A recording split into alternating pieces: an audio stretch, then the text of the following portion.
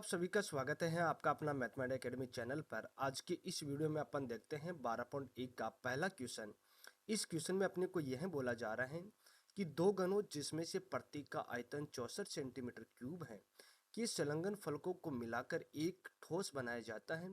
इससे प्राप्त घनाभ का पृष्ठीय क्षेत्रफल ज्ञात कीजिए। आपको क्या करना है, यहाँ पर आपको दो घन दी हुई हैं। एक तो घन ये वाला है, एक घन यहाँ पर ये है। दो जिसमें से प्रत्येक का आयतन, एक घन का आयतन आपको दिया जा रहा है 64 सेंटीमीटर क्यूब, तो दूसरे का आयतन भी आपके सामने कितना है, 64 सेंटीमीटर क्यूब है। अब इन दोनों घनों के फलकों को मिलाकर, ये वाला घन और ये वाला घन, इनके जो संलग्न फलकों को मिलाकर अपन क्या बन यहाँ पर एक ठोस बना रहे हैं। ये ठोस अब घन नहीं बना, क्या बन गया, ये यहाँ पर बन गया आपके सामने घनाभ। इस घनाभ का संपूर्ण पृष्ठीय क्षेत्रफल आपको क्या करना है, ज्ञात करना है। और यहाँ पर अपने को जो प्रत्येक का आयतन, एक घन का आयतन अपने को दे रखा है 64 सेंटीमीटर क्यूब। तो यहाँ से अपन क्या करेंगे, इन घन की अपन क्या करेंगे, भुजा अपन निकालेंगे। तो यहाँ पर लिखूंगा मैं आपके सामने घन का आयतन, घन का आयतन अपने को दिया जा रहा है 64 सेंटीमीटर क्यूब। अब घन का आयतन भुजा क्यूब होता है, तो यहाँ लिखेंगे अपन एक क्यूब बराबर कितना प्राप्त हुआ, 64। ये तो है, यहाँ से एक का मान निकालेंगे तो अपन क्या करेंगे, 64 का घनमूल अपन निकालेंगे। तो यहाँ लिखा मैंने 64 का घनमूल। अब 64 का घनमूल आपके सामने कितना प्राप्त होगा, 4। तो यहाँ पर लिख देता हूँ सेंटीमीटर, 4 सेंटीमीटर। ये तो आपके सामने इस वाले घन की भुजा आई है। कहाँ से लेके कहाँ तक, यहाँ से लेके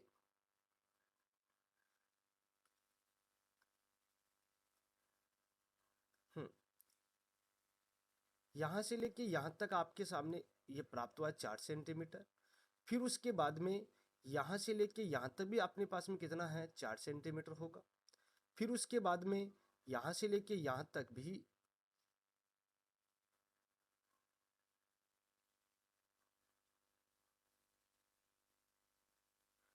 ये भी आपके सामने कितना प्राप्त हुआ, 4 सेंटीमीटर।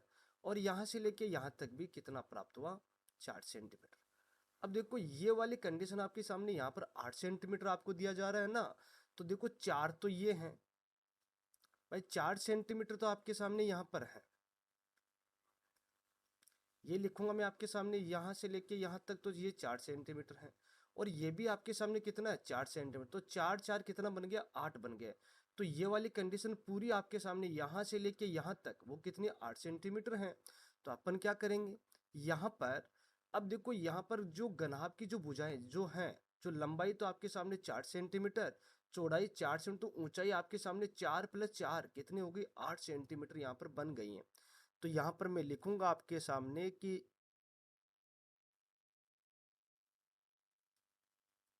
घनाभ का, यहाँ पर लिखूंगा घनाभ का संपूर्ण पृष्ठीय क्षेत्रफल,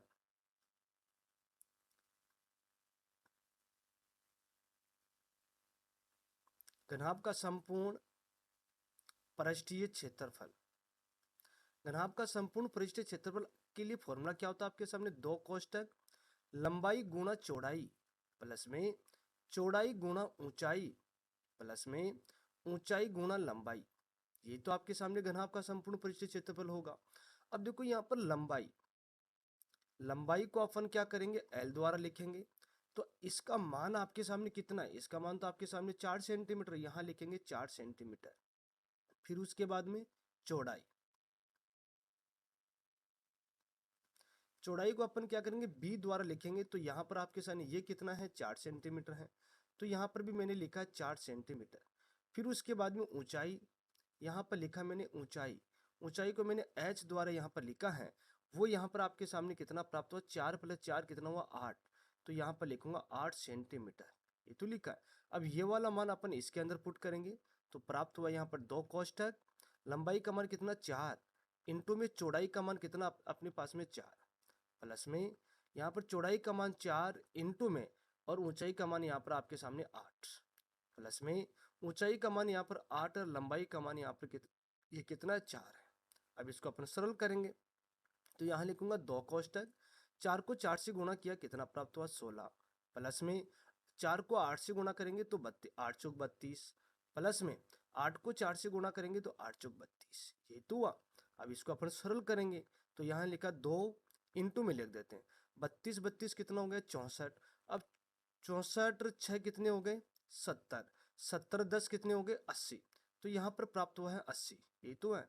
अब अपन इसको गुणा करेंगे तो यहाँ पर मैंने 80 को 2 से गुणा किया तो कितना प्राप्त हो जाएगा 160 सेंटीमीटर स्क्वायर, क्योंकि यहाँ पर अपने को क्षेत्रफल पूछ रहा है तो यहाँ पर अपन क्या लिखेंगे सेंटीमीटर स्क्वायर। तो इस पूरे घनभाग का संपूर्ण परिष्ठ क्षेत्रफल आपके सामने प्राप्त हुआ है 160 सेंटीमीटर स्क्वायर, और यही इसका क्या होगा आंसर। इस प्रकार से अपने पास में जो ठोस घनभाग था इसका संपूर्ण परिष्ठ क्षेत्रफल मैंने आपके सामने प्राप्त किया है। इसी प्रकार से आपके सामने यहाँ पर इसका अगला क्वेश्चन है, ध्यान से सुने। इस क्वेश्चन में अपने को बोला जा रहा है कि कोई बर्तन एक खोखले अर्धगोले के आकार का है। जो ये एक बर्तन है एक खोखले अर्धगोले के आकार का है, जिसके ऊपर एक खोखला बेलन अध्यारोपित है। इस अर्धगोले के ऊपर एक बेलन यहाँ पर आपके सामने अध्यारोपित कर रहे हैं, ठीक है।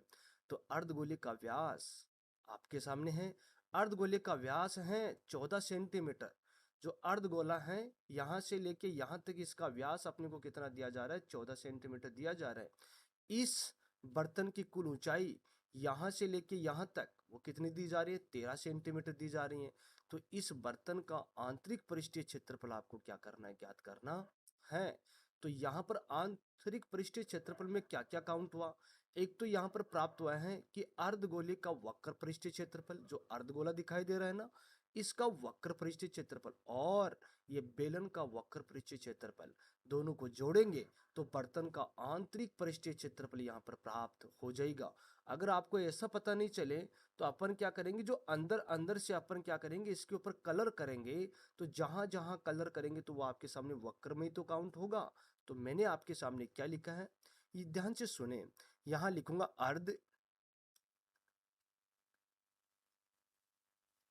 अर्धगोले अर्धगोले का व्यास वो आपके सामने है 14 सेंटीमीटर। जो यहाँ मैंने आपके सामने जो चित्र में मैंने दिखा रखा है यहाँ पर 14 सेंटीमीटर, ये 14 सेंटीमीटर, तो ये भी क्या होगा 14 सेंटीमीटर होगा। यहाँ से मैंने आर निकाले, इसकी त्रिज्या निकाली है, तो यहाँ लिखा त्रिज्या बराबर 14/2, इसमें मैंने इसमें भाग दिया तो क्या प्राप्त हुआ 7 सेंटीमीटर प्राप्त हुआ। फिर उसके बाद में जो ये आप यहाँ से लेके यहाँ तक वो आपके सामने कितना प्राप्त हुआ 7 सेंटीमीटर प्राप्त हुआ है, ये तो प्राप्त हुआ है। अब अपने को क्या करना है, यहाँ पर इस बेलन की त्रिज्या यहाँ लिखूंगा मैं आपके सामने, बेलन की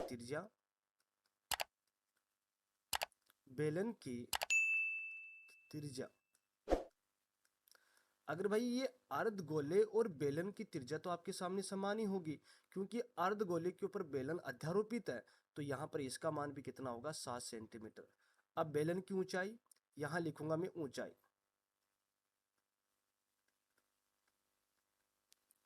बेलन की ऊंचाई वो आपके सामने कितनी होगी, देखो कुल बर्तन की जो ऊंचाई है, जो बर्तन है उसकी कुल ऊंचाई तो आपके सामने 13 सेंटीमीटर है, ठीक है। इसकी ऊंचाई 13 माइनस क्या करेंगे, अब ये अगर ये 7 सेंटीमीटर है तो यहां से लेके यहां तक भी आपके सामने कितने सेंटीमीटर होगा, ये भी आपके सामने 7 सेंटीमीटर ही होगा। यहां से लेके ये भी आपके सामने कितना होगा 7 सेंटीमीटर ही होगा। जितना यहाँ पर उसकी त्रिज्या होगी उतनी उसकी क्या होगी गहराई होगी, किसमें अर्धगोले में। तो ये 7 है तो ये भी कितना होगा 7। अब 13 माइनस 7 करेंगे तो आपके सामने कितना प्राप्त हुआ 6 सेंटीमीटर प्राप्त हुआ है। जो यहाँ पर मैंने लिख रखा है ये आपके सामने बेलन की क्या है, बेलन की ऊंचाई है वो यहाँ पर आपके सामने है 7 सेंटीमीटर।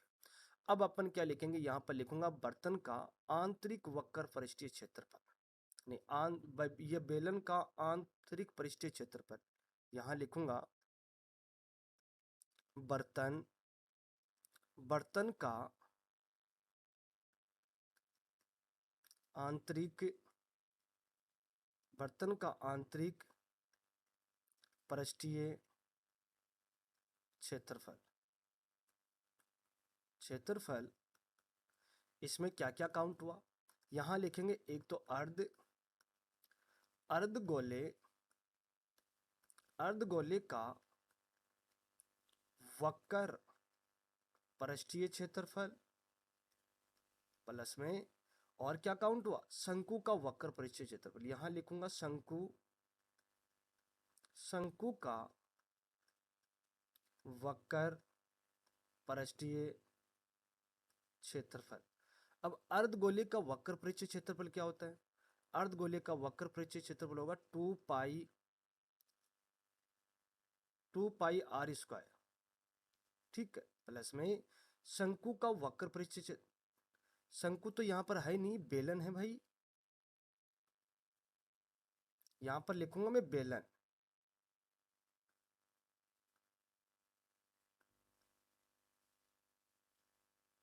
एक तो अर्धगोले का वक्र पृष्ठीय क्षेत्रफल, एक आपके सामने बेलन है, तो यहां लिखेंगे प्लस बेलन का वक्र पृष्ठीय क्षेत्रफल। अब अर्धगोले का वक्र पृष्ठीय क्षेत्रफल होगा 2 पाई r² प्लस में बेलन का वक्र पृष्ठीय क्षेत्रफल होता है 2 पाई r h। ये तो होता है। यहां से देखो अपन क्या करेंगे, 2 पाई r कॉमन लूंगा, तो यहां लिखा 2 पाई r, तो मैंने कॉमन लिया। अब यहां पर आपके सामने एक बार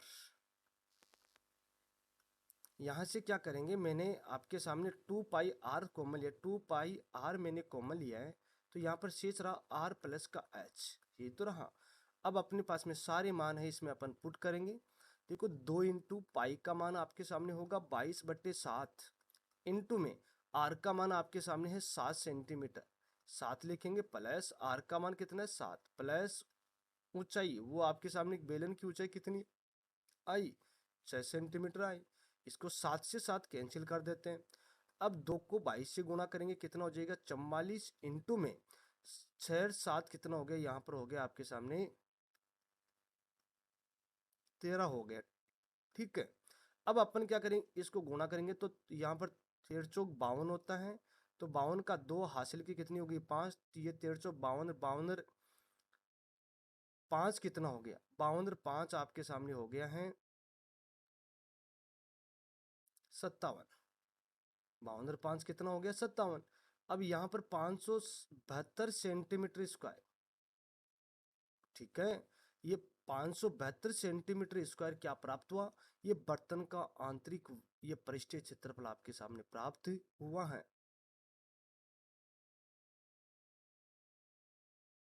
ठीक है। और यही इसका क्या होगा, आंसर होगा।